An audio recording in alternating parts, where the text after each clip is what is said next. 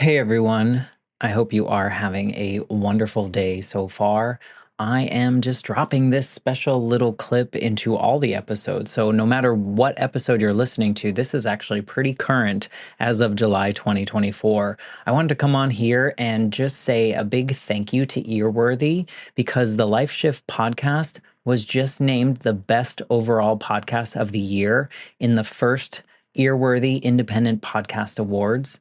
And you've probably seen some articles written about the Life Shift podcast before, written by Earworthy. And now he is launching from his online publication, he is launching these yearly winners of independent podcast awards. And these are specifically for indie podcasters.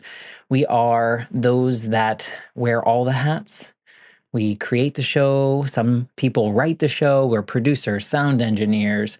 We troubleshoot all the tech. We do any kind of research if we need to. We host the shows. We distribute the shows. We do all the things that relate to our shows because we love it.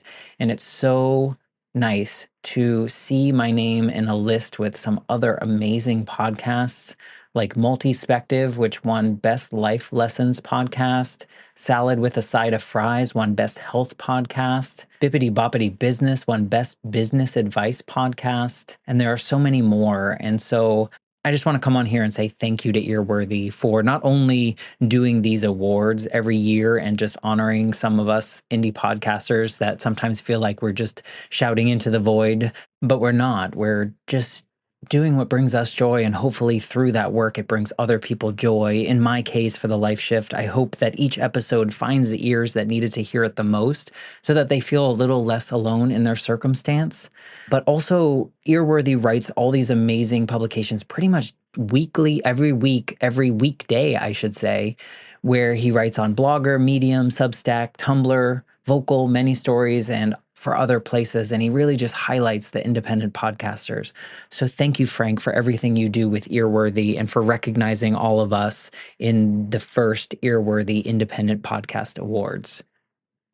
If you'd like to read more, please head to medium.com/EAR hyphen WORTHY. Thanks again and enjoy this episode. I'm Matt Gilhooly, and this is The Life Shift, candid conversations about the pivotal moments that change lives forever.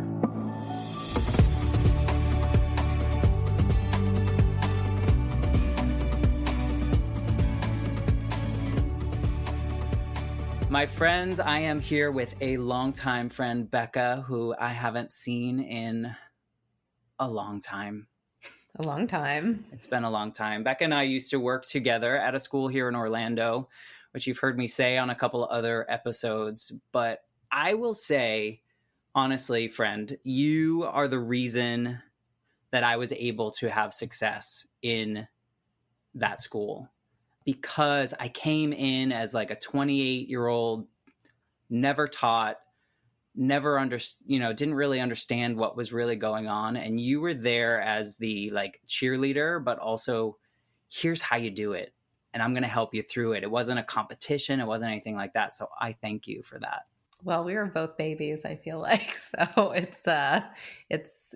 think just remembering back to those days, I think we were both figuring it out together. And back at you, you were teaching me anything and everything I could know about business, which I didn't really know much about when I was teaching. So we had a good time when you were there, and then you left us for bigger and better things. And I am in awe of the journey that you've taken since we parted ways. And I'm excited that you are willing to share your story, because I know there's a lot in your story. And on this podcast, I've had the opportunity to talk to people about these intense pivotal moments that have really kind of shifted the entire existence, like their whole life kind of shattered, and they were like, how do I put this back together? What do I do? Mm-hmm. And I feel like you had a convergence of many things throughout your life, actually, but like in different moments of time. So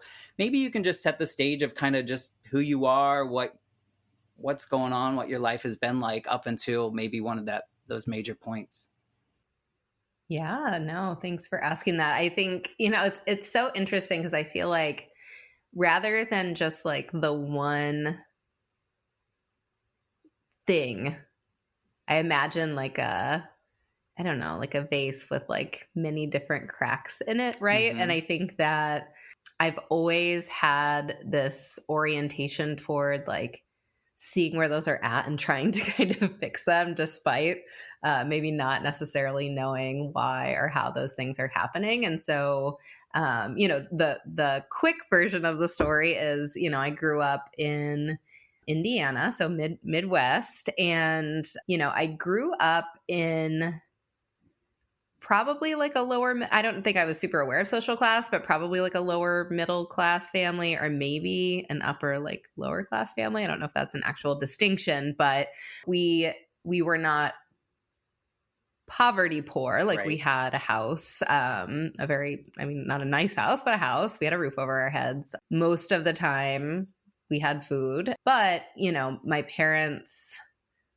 worked, you know, I mean, my mom was a nurse and my dad was a social worker, and they worked opposite shifts. And like, you know, it's one of those things where you're not making meaning of it like when Right. you're a kid growing up in it, but like looking back at Looking it as back. an adult, I'm like, no wonder it probably wasn't the most like functional household. Yeah. Like they never saw each other even when they were married. You know, they were taking care of us, trying to figure out, you know, dealing with their own things that people deal with as an adult. So anyway, I mean, I grew up in a sometimes stable home, I would say. It wasn't completely unstable. It was not completely stable. It was a sometimes stable home. Do you feel that you were aware of that at the time? I don't think when I was really little, but definitely Yeah. as I got a little bit older. I think like once you get to that place where you're like having sleepovers at like Hmm. your friends' houses and stuff, and you're like, oh, like this is not what my experience is like at Yes. all. You know, it's like until you have like, I guess, a context or a point of Right. comparison, Yeah. you don't really know. It's just like your life. So, and I think about that with my own kiddo now because I'm like, this is just what you think life is. Like that is wild to me.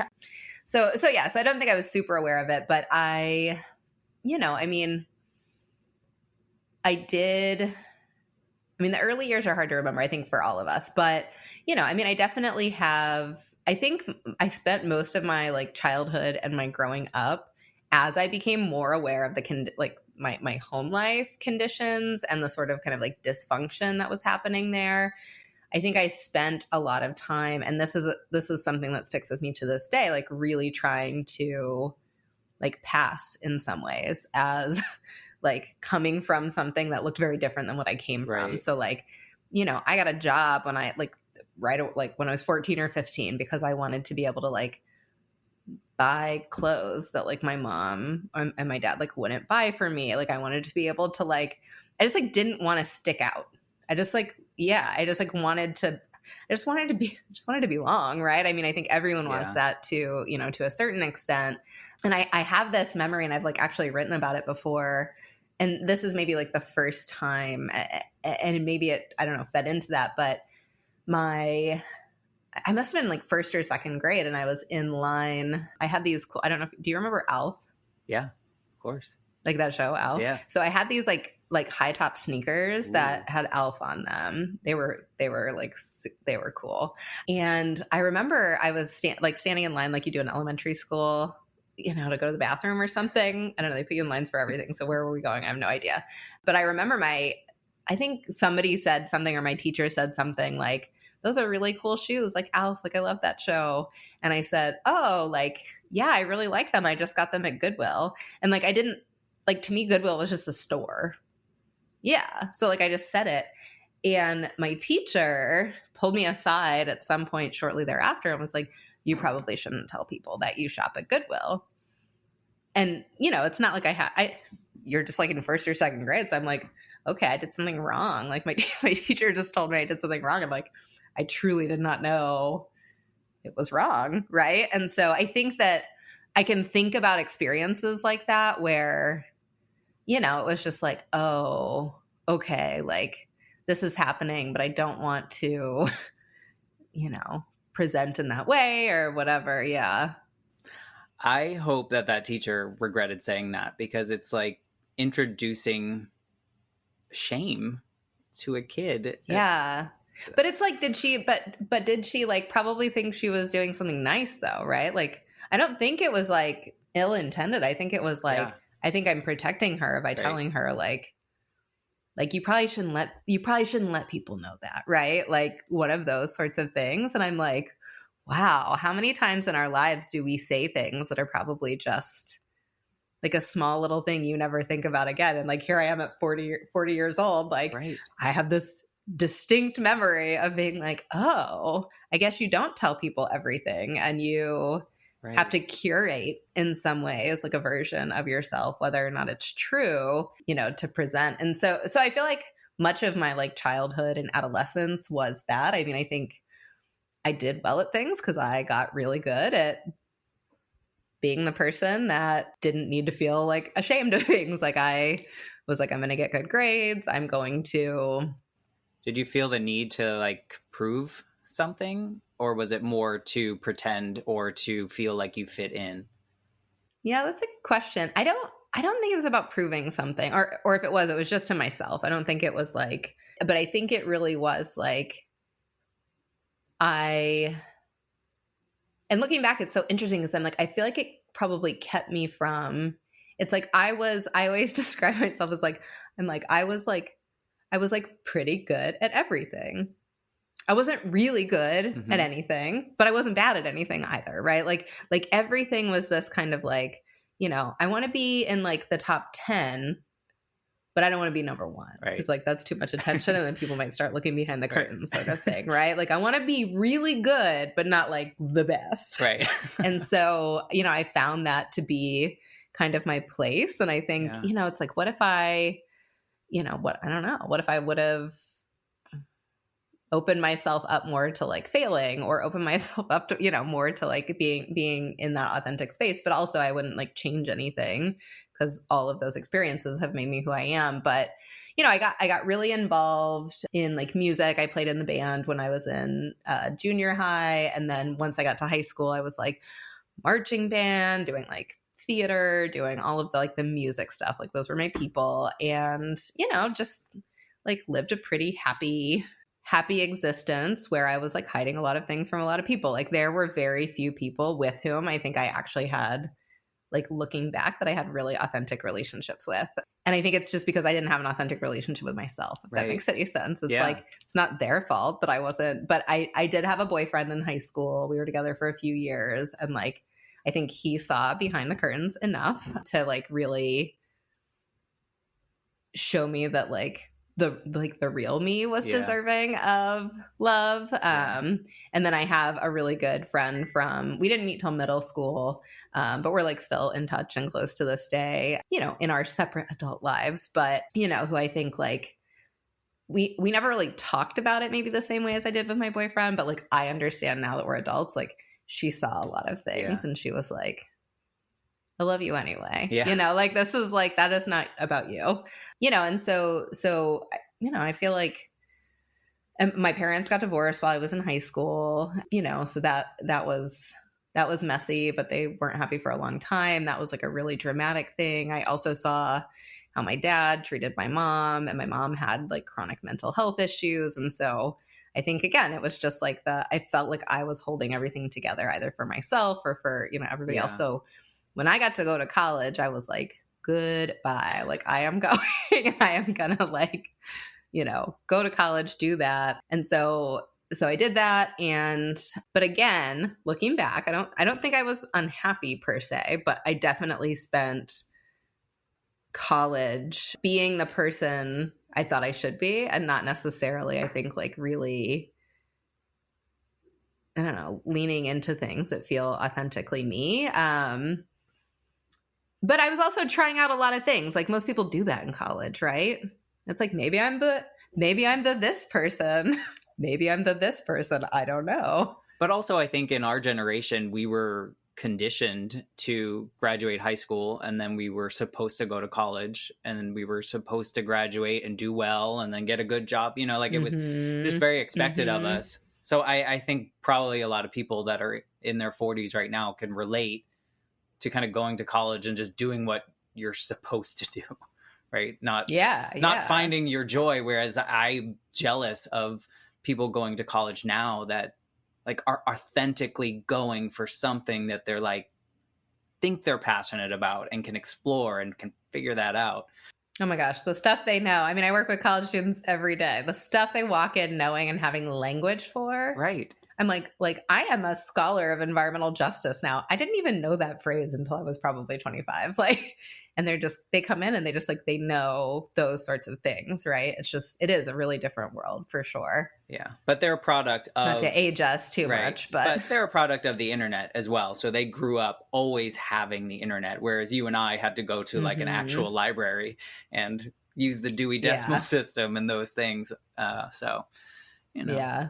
Yeah, I've been called because since I work in a lot of academic spaces, I've had people, I don't know if you've had this happen before, where people will be like, well, you're a digital native. And I'm like, I would say my like betweener sort of generation that we're more like digital adapters. Yep. Like we had to learn to adapt very quickly Correct. to technology because it was changing during times in our life where we needed to rely on it to be successful, like in college. Like I always tell the story, I'm like, when I started at college, like we had, I'm pretty sure, like dial up internet in my dorm. And then by the time I was, and we had like the old email that was like MS DOS, like the black screen with like the typeface that kind of comes across it. But by the time I graduated 4 years later, like the campus was being outfitted with like Wi-Fi. Yeah. And there was like a central portal with like Blackboard and our email and our, it's like things changed that quickly. And so I'm like, I don't think I'd call myself a digital native, but I am very comfortable in the digital world. I've had to adapt to it very quickly. So we had to spend our free time outside until the lights went, until the sun went down. We didn't have the internet and games and TV and all that stuff. Yeah, I had books. I didn't spend probably too much time outside as a kid, but I did read a lot. And so, yeah, it still wasn't computers and things like that. It was like, oh my gosh, series and series and series of books. And my mom would ground me and I would like mouth off to her. I never did anything like really bad, but I would like talk back or something. And she would be like, you're grounded from reading and you have to go outside. That was your punishment. That was not good. Yeah. Which is hilarious if you know me now, because it's like not how I live my life. But yeah, so like went to college. I went and did my master's program after that. And that was a pretty transformative experience. That was like another crack in that, like, I think there were some things that were exposed to me that were really pivotal to me. Yeah. During that time, I think partially because, or maybe mostly because all of what we were like learning in that program, we were being asked to situate in our own experience. So I had never like gone through therapy before. I had never done any of those things before. And so we were being given these prompts, which were probably at their face, like fairly innocuous. Like, when was the first time you were aware of like your race or something like that, but they like those sorts of things, while they were meant to kind of like teach us about how other people experience the world in different ways and, move through the world in different ways.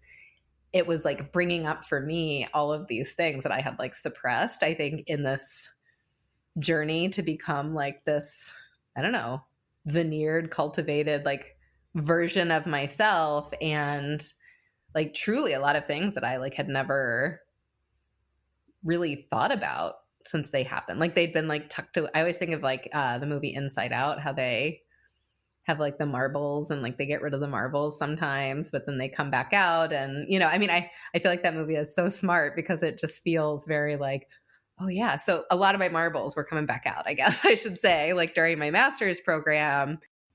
So when you say the cracks, you're saying like the cracks in kind of that mask you were wearing. Yeah. Yeah. I think like going back to like was there one pivotal life shift? No, but there were like all of these mini fissures, I guess, in like a vase or something, I guess is what I'm thinking of. And that was definitely one of those. And it was a bigger one of them. Yeah. Because it forced you to almost do therapy on your own through your assignments. Yeah. Which I can relate to. I mean, that something like that. We had to write some narrative piece in high school, and it was 8 years after my mom died, and that was whatever it was that we had to write. Wow. I couldn't go to school the next day. Like, I had a legit breakdown. So I can relate to like something that's Yeah. seemingly so simple changing and affecting you. Yeah. Oh, that's interesting. And like that not being the, I was like, gosh, now I put on my educator hat and I'm like, I hope I'm not doing that to anyone intentionally because, yeah, I mean, I guess you can never really know what is going to be that thing for someone. Well, to the point of your first grade teacher, you don't know that one little thing. And it doesn't, like, a couple stories that people have shared here, like their pivotal moment was literally picking up a piece of mail. Like, you don't know what that one thing that's going to like trigger everything else. So Yeah. I wouldn't worry about your assignments. Yeah. Because that's like a whole different rabbit hole to go down for sure. Yeah. So then after that, I moved down to Florida. And that was like another moment I was like, I did not know it at the time, but looking back, probably like a somewhat mentally abusive relationship. And I also was basically severing ties with my dad at the time. So I like moved to a new state, a new part of the country, really, was in this fairly toxic relationship. And all of this stuff was happening with my dad that was basically bringing us to the point at which we stopped speaking, and to this day haven't spoken again. And so that was in like 2005 or something. So, some big things were happening in life. And, I mean, I really but I had a good job so I was working at a college in Central Florida, a small college, and I had amazing coworkers that, became friends and mentors and people who believed in me and like just kept me on my feet during a time in my life that like, had I not had that, things would have probably fallen off the tracks pretty easily. Was it creating more cracks, or were you kind of gluing them as they were happening? I think I was gluing during that time. I think there was a lot of like recovery, healing, like building back up and building into like a new form of my own identity that felt, it probably looked from the outside like maybe a little rebellious, but I think it was me being like, I'm like not about that veneer anymore. Like I just want to be who I am and like take it or leave it. And like that very like young to mid 20s sort of like, I think vibe of, I was like, I have done that and I was good at it. Yeah. But like, I want to be vulnerable in relationships and I want to be authentic with the people that I'm talking with. And it wasn't that I was purposefully not being that way before. You were protecting yourself. I was protecting myself. And I don't even think it was a conscious thing really. And so it's interesting because I feel like so many of my close friendships are from like that time on. Mm-hmm. And I don't think it's the fault of anyone I was friends with before that. I think it was honestly like, I would have never let anyone in enough to be the type of friend that I have with my friendships that are from that point on in my life. Because everything fell apart. Like everything falls apart and you're like, oh yeah, like this is where I'm at. But like, I had a place to land. It just wasn't like it wasn't my family. And it wasn't, I had to like build my place to land as I was falling. Your chosen family. Do you think there was a moment that caused you or like that almost allowed you to be more authentic? Was it kind of splitting from your father and feeling like that weight was gone? Or was there anything that you feel that made you feel like, okay, now I can do it, that you didn't do it before? That's a good question. I don't know. Was it that split? Was it the like coming out of, so part of what everything I was going through my master's program manifested was I developed an eating disorder. So I was like kind of coming out of that. So I had like started some therapy around that time too. So I think I was just developing the tools to like become a little bit more self-aware. Like this toxic relationship ended, which was really good. Like, and so I think there was a lot of, but that also necessitated because it was like, okay, well, I only make this amount of money. And like, that means I only have this amount of money for rent. So like, I have to, like, I didn't have like a nest egg to fall back on. It was like, I either need to get paid enough to do this, or like, I don't know, I'm going to not have a house or an apartment or whatever. And so I think it was just like the necessity. It was the first time I wasn't in like a curated environment. It's like, in college, you're Protected a little. yeah, you are. I mean, like it's scary in a lot of ways, but you like, I lived in my sorority house, and like, like I didn't have to pay electric bills and things like that. And like when I was in my master's, I was like a little bit more independent, but I had a roommate that was someone in my program. We lived in our apartment for like the 2 years we went through our master's program, and like, I mean, our rent was so cheap. I think it was like $500 or $600 a month, and we split it. So like, it was like I hadn't really had to live like super adult. Like, I'm on my own. I don't have like a financial aid office to go to anymore to like, beg for help, etc. It was like, this is like a sink or swim sort of moment here. And so yeah, I don't know if there was like a specific moment, but I think it was just the convergence of all of these like all these little cracks kind of like meeting up into a moment that things pivoted or shifted. And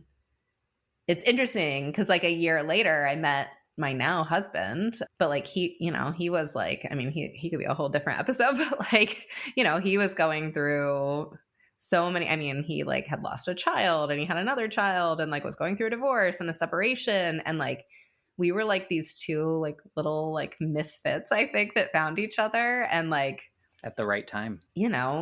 At the right time, but like we did not admit that to ourselves or to each other, I don't think, for like quite a while. And so I think that all of those little cracks converging in that crack, becoming at least a truer version of my authentic self, like allowed that timing to be right when it happened too. Yeah, I mean, I met you around that time, and I always felt, yeah, it probably was right around then. It was probably maybe a little after you. I met Jonathan in like 2006, I think. I just always saw you as someone that was living their authentic life. Like, they were purpose driven, or you were purpose driven, not they. You were doing your thing. And I always looked at you like, because I wasn't there yet. Like in work life, I felt like I was pretending. In my personal life, I felt like I was pretending. There was a lot going on, and I would just look at you. And it's interesting to hear this story of like how you grew up, and you had that mask on, and you were kind of living this dual life, like your home life, but also like your performative life that people see you as. But when I met you, that's what drew me to you, I think. I don't think it was on purpose. I just think I saw you and I was like, man, she's living that. I don't know if you were at the time, but that's like, how you can be weird, and you can also be awesome. Yeah. And it wasn't even that. You were always so seemingly confident in whatever decisions you were making, whether that's true or not, don't know. But it always felt like there was a reason why you were making those decisions, and it was heartfelt, and it was on purpose.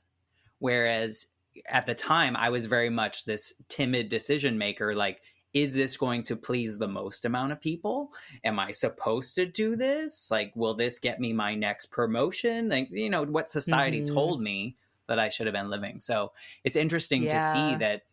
I mean, by then, do you think you were living more authentically? 2008, 2009? Yeah. Definitely. Yeah. I mean, I think that like the time period I'm describing was like probably like 2005 or so. And so I think by then, and I am the kind of person where, yeah, I mean, I really like, that is like one of the highest compliments you could give me, just because I think that I try to live my life with a lot of integrity. Like, integrity is really important to me. And it's, just to be able to make decisions and communicate in ways that I feel are really values aligned is like a very like important thing to me. And so I think I always thought I was probably doing that, but I think I got better at knowing like what those values actually were. And, you know, and I don't ever try to approach those conversations, although I think it can come off this way to certain people sometimes, but like in a like a defensive or aggressive way. It's more just like, no, like this is, Yeah. you know, I mean, I think walking in your truth can be really threatening to some people. And I think that has, I mean, I think back to like our time working together. And I do think that, you know, looking back, like I think I had gotten there. I mean, I think I've definitely grown and changed since my time there in a lot of different ways. But I think that that kind of like unapologetic, like, you know, I have thought this through Yeah. and I trust myself to make this decision. I think I that's don't scary for people on the I think it's outside. scary for a lot of people, Yeah. yeah. Because So, they're so confused as to how someone could be so confident in what's driving their decisions.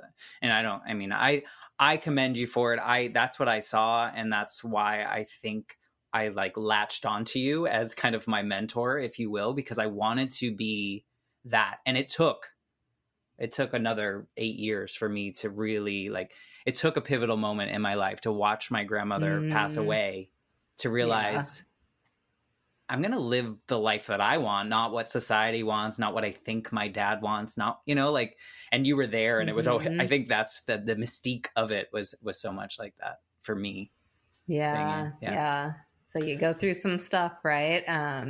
Yeah, so I mean I feel like and then I mean I feel like this background, this intro is getting very long, but It's no, I mean, I let's think this is your see. story. I don't even, I mean, Yeah. I think we're getting to these moments. And so, Cuz it's like how do you describe something that was like pivotal in the last few years without like I don't know, so I guess setting the scene of like all the little things that led to like that being well, and for you in particular, I that think impacting you the way that it exactly. did. Exactly. Yeah. But so, you left Florida to get your PhD and to really Mhm. start or continue, well, I would say really start living that life that you wanted to create for yourself.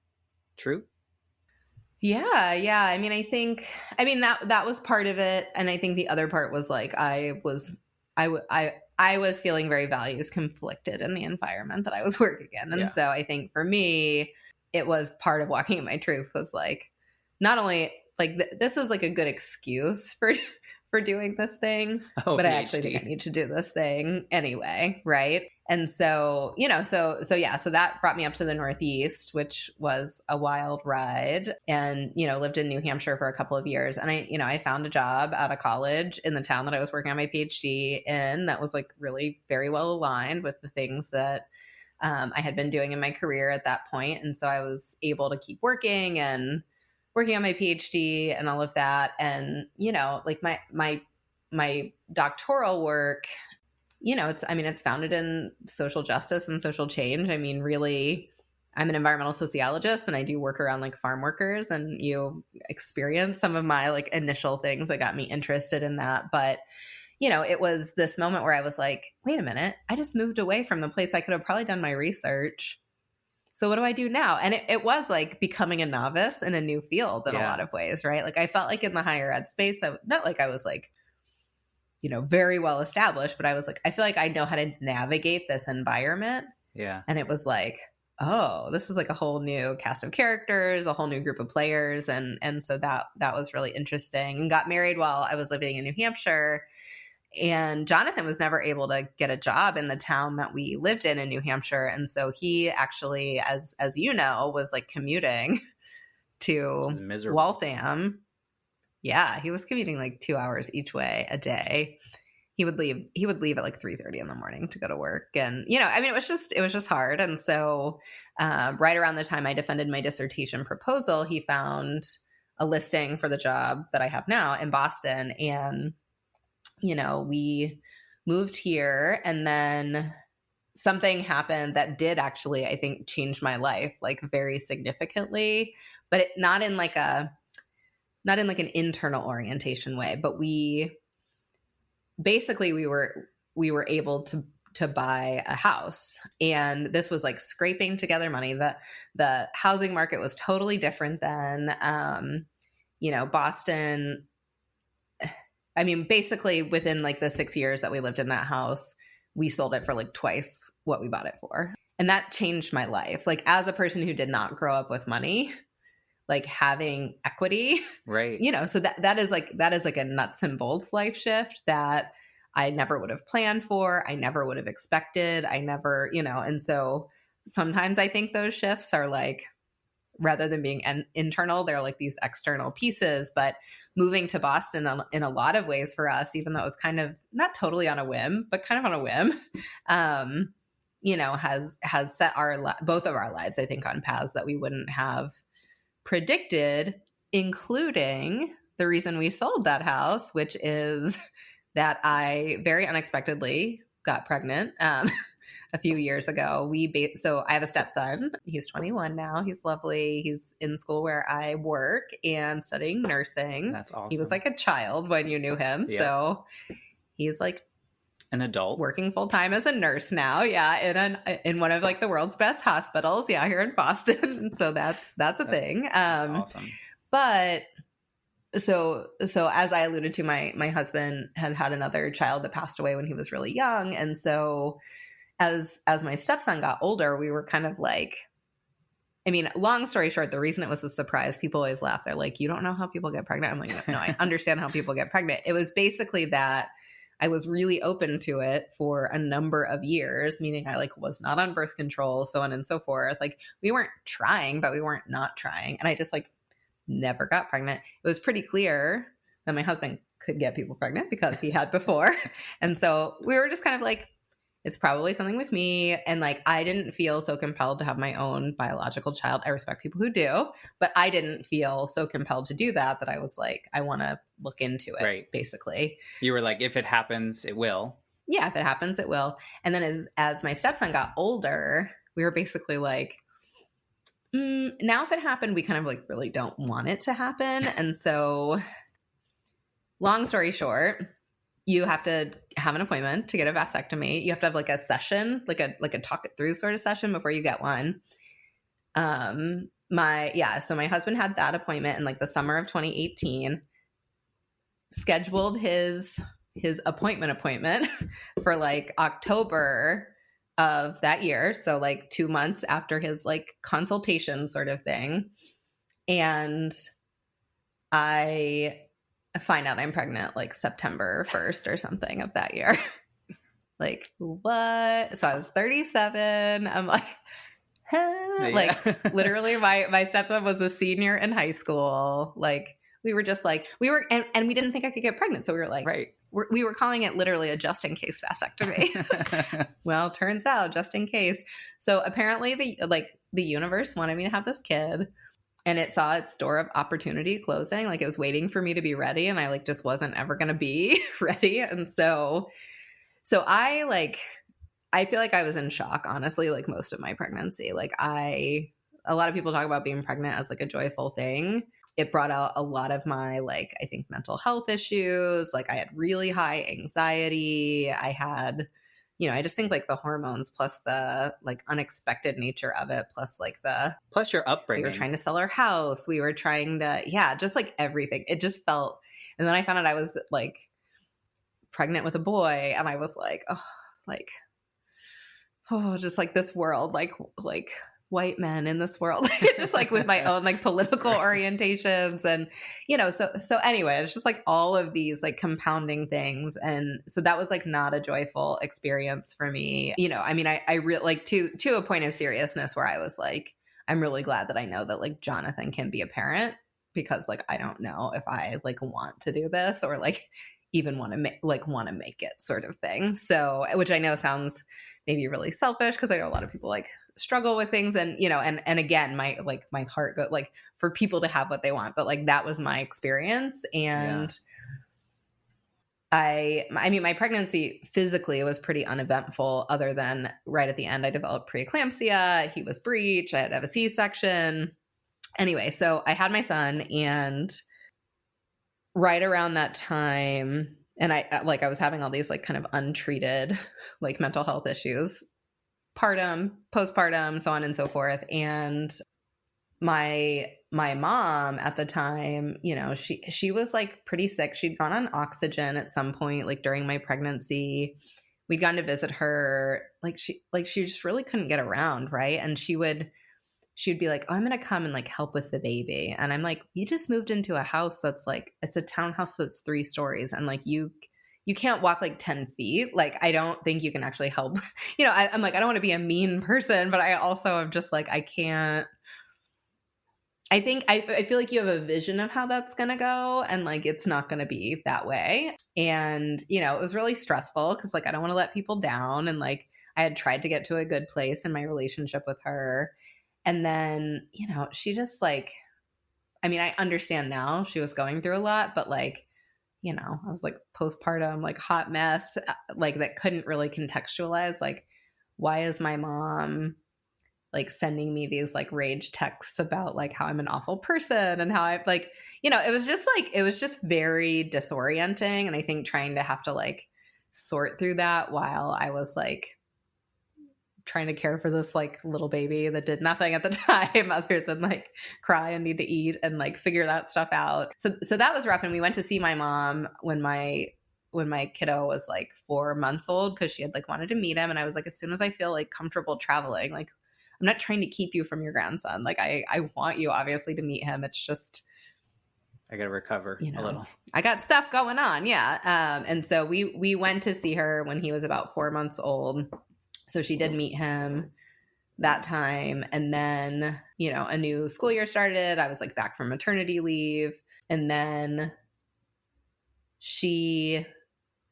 and a lot of stuff was going on with her. It was like, I mean, and trying to manage like an elder situation from afar is really difficult. Like, this is like, I mean, I know you were going through stuff with your grandma, and, you know, I don't know what her care looked like, but it was like, you know, my mom, my like random people I barely even knew when I was a kid would like call me and be like, you know, I saw your mom yesterday and like she said she like slept on her kitchen floor because she fell down and like couldn't get up and like nobody was there to help her. Like, you know what I mean? And I'm like, well, I'm in Boston and like I can't, and like I can't be the one to like caretake for her, but like I was very much like, you know, I'm willing to help you in any way that I can. With boundaries. Like I was like, I'm not going to like move back. Like that's not the type of relationship that we had, so on and so forth. And so that was what was causing a lot of like the, you know, like I would be like calling like the police department in my hometown and being like, can you go do a welfare check on my mom? Cause she's like not answering her phone. And like, so anyway, long story short, she passed away February 22nd of 2020. So my kiddo was like 10 months old or so. And it was totally unexpected. And it's like, I swear I'm not making this up. It feels like a Lifetime movie sort of thing. But my grandmother, her mom, had been really sick. She was like 85, had been really sick. I was not close with her at all, but had been really sick with cancer. And my mom was doing like the obligatory like daughter thing and like going to take care of her when she could, but she was dealing with all of her own health stuff. Yeah. And basically my mom had written me, I think it was like a Thursday night, and she was like, I'm like driving to Crawfordsville, which was like the town my grandmother was like in care at. And she's like, and I think this is like the end for your grandmother. And again, I didn't really have a relationship with my grandmother. So I think I said like, I'll be thinking of you as you go through this. And like, I'm really sorry that this is happening. And like, I hope that, you know, you feel as at peace as possible as, you know, whatever. And she texted me back like, thanks, baby, or something like that. And I got a call on Saturday afternoon from my mom's like best friend, who's kind of like an aunt of mine. And I've lived in the Northeast so long, I now call people aunts and not aunts. That's so crazy. Anyway, she's kind of like an aunt of mine. And so I get a call from her, and I'm just thinking like, okay, my mom probably asked her to call me to tell me that like my grandmother passed away and whatever. And she called, and I'm like, oh, hi, like, are you like calling to tell me about this? Like mom had texted me like when she was on her way there. And she's like, yeah, your grandmother did pass away. She's like, but that's not what I'm calling about. I'm calling because like your mom died. And I'm like, what? Like, it was just like like, what? And so you're just trying to make, I'm like, I was just totally like I'm like, what do you mean? Like, I'm like, wait, did my grandma die or did my mom die? She was like, they both died. And so basically, long story short, my mom had been found like in her house. So she had come back. She had been by her mom's side when she passed away at like 2 a.m. on this Saturday, had like driven back to her house, which was like an hour-long drive probably. And like at some point, a few hours later, like somebody found her in her bedroom. And so did they have COVID? Probably. Like I'm like, yeah. So, I mean, this is like one of those things. It was like 3 weeks before the world went into lockdown, right? And we know now like this was spreading, and it was particularly spreading in these facilities, right? And so, I mean, maybe it's just a really weird coincidence, but it also feels like, two people with really poor health dying within like hours of each other. And you just find out that these two people died, and do you feel that kind of, I don't know, did you feel that because of the last couple months of you talking with your mom and her wanting to come out and you saying no, and then her being sick and all these things, was that weighing on you too, to add to the postpartum and everything else that you were still battling? Oh yeah, it was all just like it was just a mess. And honestly, like, to this day I feel really conflicted, and I don't know if other people can resonate with this or you can resonate with this. It's like, of course I feel like grief that she passed. Like that is obviously like, I know that I had good moments with my mother, right? And now that I am, a mom to my own kiddo and I have my stepson and everything, like I know that these relationships are really complex, but also I felt like relieved in Yeah. some ways. And maybe that sounds terrible to say, but it's like she wasn't living. I mean, I don't get to judge how if somebody's life is good or not, but like I don't think she was living in a way that like felt like a joyful way to live, right? And so part of me, and it was like we were getting to the point where we were like, we're going to need to try to sell her house and get her into assisted living. I'm like, you can't be sleeping on like your kitchen floor. Like this is not a thing, so I feel like, so part of the guilt is like, maybe some of the relief is like what were we going to do? But I really do think a lot of it is, just like she, yeah, it was like a really rough life. I mean, I looking back now, I'm like, she had a really rough life, in a lot of different ways. And I think I can see her in a different way than I saw her in our own kind of like mother-daughter relationship. But yeah, so she passed away. We went to Terre Haute, like cleaned out her, like I was the executor. I mean, really all she had was her house, but like, there's like a lot after people pass away. And we got back from being in my hometown. We got back to Boston, I think on like March 1st or March 2nd of 2020.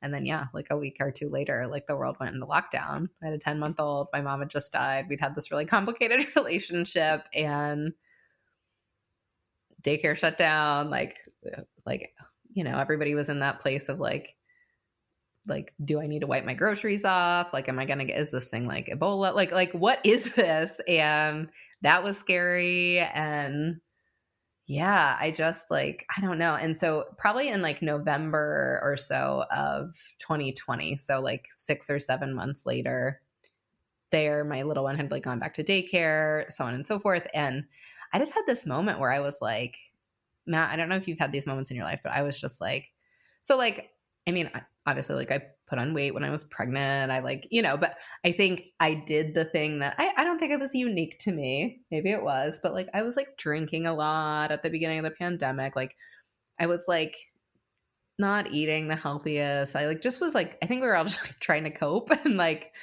I was just doing the things that make me feel comfort. Right. And it got to be like November or so of that year. And I was like, I cannot like live my life like this is not a good direction for me. Like I really think I had like gotten to a place where I had like strayed far from the things that like, I don't know, feel like that authentic me. And so, yeah, I had this moment that year where I was like, if I don't change something, nothing will change. Like I just remember saying that to myself. Like, I can feel all these ways about something, but if I don't change something pretty dramatic about like the way that I'm like I was still very functional professionally, but like I was like, I don't think I'm being the kind of like I kind of came into motherhood believing like you got to put your own mask on before you put your kids on, right? In the airplane. And I'm like, I'm not putting my mask on. Like this isn't I don't want to go down this path. And so, I think that since that point, which was, a pretty pivotal point for me, like really trying to Do you think there was something that triggered it?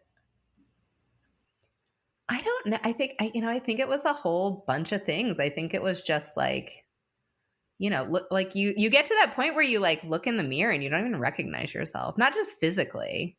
I mean, physically was part of it, but like just like I'm like, what has happened here? Like we really need, and I don't think you were alone. yeah, I think I had that moment. Yeah, I think a lot of us, I think, did that during the pandemic, and at some point, hopefully, we all were able to have that moment. But I'm sure that some of yours was extended with the fact that family members had died right before, and you had to deal with all that, and you have a fairly new child at home. That's a whole new experience. Plus, you can't go anywhere, right? You couldn't do anything. So I'm sure there was grief as part of that, whether it was acknowledged or not. That was kind of playing a role in that. Absolutely. So many things. What did you change first? I think I really decided to first tackle like the ennui that had become like day-to-day things. So like feeding myself and my family. Like, how can I make this like a more enjoyable thing and not just a chore, right? Like just like day-to-day things. Like what has become something that I like resent doing or having to do, and how do I like bring joy back into that? And so for me, like meals became a way to do that, right? And so like getting more into cooking, and what I realized about cooking was like I really hate grocery shopping, and so I'm like, what is something I can do to make grocery shopping easier? And so like finding an app where I could like recipe plan and it puts together my grocery list for me, and like I think it was just like beginning to like I think sometimes we just try to do everything at once. Mm-hmm. It's like everything needs to change. And it's like, no, like what is something I have to do all the time? And how can I make that better? Right. Less of a And chore. like we have to, yeah, like You have to eat. especially when you have a kiddo, like you have to eat and you have to like feed your family, right? And so how can you make that something that feels like not like monotonous and boring and just like an obligation, and how do you actually like make that something fun? And so I feel like that's where I started, and then like that kind of mindset or approach like began to like percolate into other parts of life too. I was still like running and exercising and things like that because that's been like a part of my routine, I guess, as an adult, but I was like not just going through the motions anymore. Like I was like, purposeful. cool, I'm gonna like try this new thing, or I'm gonna like work towards something, or yeah, it felt more purposeful again. And so I think it was just like examining like what am I doing? I mean, the other thing that helped was like I stopped drinking so much. And I do think that helped me. I was like, I still want to be able to enjoy a beverage and whatever, but I was like, like once or twice a week drink it is probably okay. Like I probably don't need to be drinking like every night, like a full bottle of wine every night. And, so I think it was just like setting some of those boundaries and then like seeing those adjustments work out, and just, it made me feel more present, like with my kid. It made me feel more present with, just myself and my family and my friends when I was able to start seeing them again and, and all of that. And so I think that has been and I've like since then started like a gratitude journal and just like really trying to like focus in on, again, we have one life to live. You have to do a lot of stuff as part of this life, at least in the society we live in now. So how do we make that purposeful if we can? Right. Yeah. So looking back at the whole of the pandemic and the lockdown and all these pieces, is there any part of you that's grateful that you had that time, or you were forced into that time? Or would you have rather just like, you know, going through that, having the child, he's 10 months, your mom dying, your grandmother dying, taking care of that, and then jumping right back into that everyday grind? No, I think I'm very thankful for it. And I think the other thing that it did for me is like my job is very, I think I always viewed my job as something like I needed to be like very present and on for all the time, and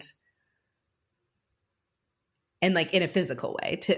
Like being physically present at things, and not being able to do that for a while, right after, well, not right after, but a few months after. I mean, I think maternity leave was actually really good for that. Like I was gone for 3 months and like things didn't fall apart, and like turns out I was still relevant when I got back. Like that wasn't that big of a deal, right? Like, and I think that was a really good lesson. And then to have that, and then like 10 months later go into this like pandemic and basically have the thing that I thought made my job so essential taken out of the equation.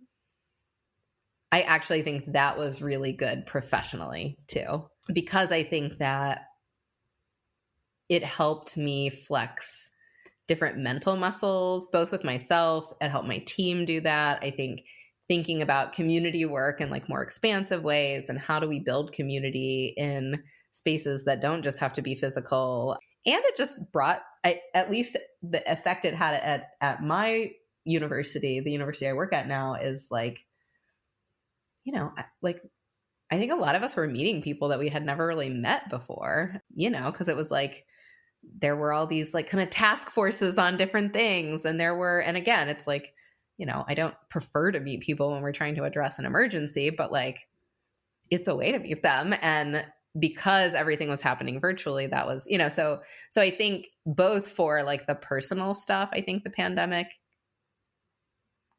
created a container within which what I needed to have happen happened. But I actually think it did that professionally in a lot of ways too. I would agree. I think a lot of people are coming out of, well, I don't know. Are we out of it? Probably not. But totally sure. And I'm sure there's a totally different feeling there than there is here about it. We've been out of it since week 4. So yeah. Yeah. But I think that companies, whether they like it or not, have realized that we can be productive and we can do all the things just as good, if not better, when we have the opportunity to be remote if we need to be. Doesn't mean we have to always be remote. Doesn't mean we always have to be in the office, but that we're capable of persisting through something that's as challenging as it is. So I talked to someone, my friend Morgan, who called this kind of the pandemic and the lockdown the Great Awakening, in which a lot of people, we've talked about it. I think we talked about it before we started recording, but just in the fact that this time has given a lot of people the opportunity to go, is this really what I want? Is this really what serves me? Am I living authentically? Do I care? Right. And so, yeah, I mean, you've been in the space in which you're living what you care for and what you want to do, which is awesome. And I feel like you've always kind of been on that direction, and that. A lot of us didn't know that and still don't know that, but we were. My moments though, yeah, where I'm like, wait a minute, yeah. But I think it's afforded people the opportunity to at least sit down and go, is what I'm doing right now serving me the way it should? Or in the way that I'm serving it? Is it reciprocal? Is there any value that's coming back to me? And so I think that a lot of people will see, when we're out of this 5 years from now, we'll look back and sure, we'll have our hankerings about the things we didn't like. But I think there is going to be some value in this time spent in this weird space. Yeah, absolutely. I think, it's like, I think about like there was like 10 months or something when lockdown started, and then daycares were closed here for 4 months before they even like reopened. So he was home for 4 months, but that was hard. It was really hard, but also like I got to see things that I wouldn't have gotten to see, and like got to experience things and, you know, but when his daycare opened back up, I happily took him there like the minute it He needs opened. to, But he needs to socialize. absolutely. That's what it was all about. But I mean, I think there are those things too. It's like forced togetherness in some ways, but it helps you. Like, I mean, I remember at the beginning of the pandemic, like Jonathan and like my stepson and Cayman and I would be like, we'd like play like Mario Kart for hours. Right. Cause like, and when I would don't you know, like, allow what else are you yourself to gonna do it? Right. Yeah. There was no Yeah. other moment. Yeah, I lost my mind for like the first 2 months, and then I somehow found a way to snap out of it, which is good. That's impressive for me. But in any case, I appreciate you coming on here because, a lot of these stories have really been like this one or two big moments, like something like drastically changed. And what I find so interesting about your story, and I honestly, we've known each other for 100 years now, and I didn't know these pieces. I always just thought of you as the person you are now. And to hear, I think the most impactful part of your story honestly goes back to your childhood for me, and to understand how you got to where you are now and how you had to use like a protective blanket for so long until you were ready to kind of shed that and probably when people started acknowledging your authenticity of like who you were and what you wanted to be kind of in that 20s period, probably was like, oh, I can do this. Like, who cares? Get rid of everything. Here we go. Yeah. So I think, you've had all these, like you said, that vase cracking, and eventually like, do you feel like it cracked all the way, or do you think you're kind of, it stayed mostly in shape, if we're thinking metaphors here? Yeah, maybe it cracked wide open in like a good way. Now I can create like a mosaic table out of it or something, Like I think all of the beauty is still there. I just think it's, and it's ever evolving. It might be a mosaic table for a while and then need to be repurposed at some other point, right? Because it's like that's how it's going to happen. But I do think that, you get to a point, and I think that, not to get too like, woo woo about it, but it's like I have this like little creature that I like did not expect to have in my life. I mean, I told that story, and it's like, I feel like every day I'm like, oh, there are ways. I mean, even like professionally, I have some things unfolding that like I never would have predicted or even planned for in a million years. But it's like, yeah, you're living in it. Being open and being ready, and and also saying like, I don't just have to do that because it's there, right? Like I really want to make sure it's the right thing, at least for now. It might not be the right thing forever. And so I feel like that's where the vase is at. It's like, yeah, maybe it's like broken into shards, and like, that's okay. That's where it's at right now, but it doesn't mean it can't still be something, right? No, I agree. And I think a good way to end this, in my opinion, is that you are now allowing yourself to be really good at something instead of being just good at a bunch of other things. Like you're truly like, I hope so. This is what I want to do, and this is what I'm going to be awesome at. I really hope so. I'm always in awe of you, my friend, and I appreciate you sharing your story. And back at you. Thanks for having me, and it's so good to see you. I know. Well, next time that we are up there, we will make a point to be near Boston so that we can get together. Yes, please. And, it's a wonderful place to visit, especially if you come from that hot Florida summer up to this like beautiful New England summer. So, which is just as hot, by the way, until the nighttime. I beg to differ. I don't know. My dad doesn't. At least have it does central air. Cool down at night. It does cool down at night. We do have central air, so I don't have to experience we'll that. But sounds perfect. There's plenty of room. Well, thank you so much, and we'll hopefully see you sometime soon. Yeah, I would love that.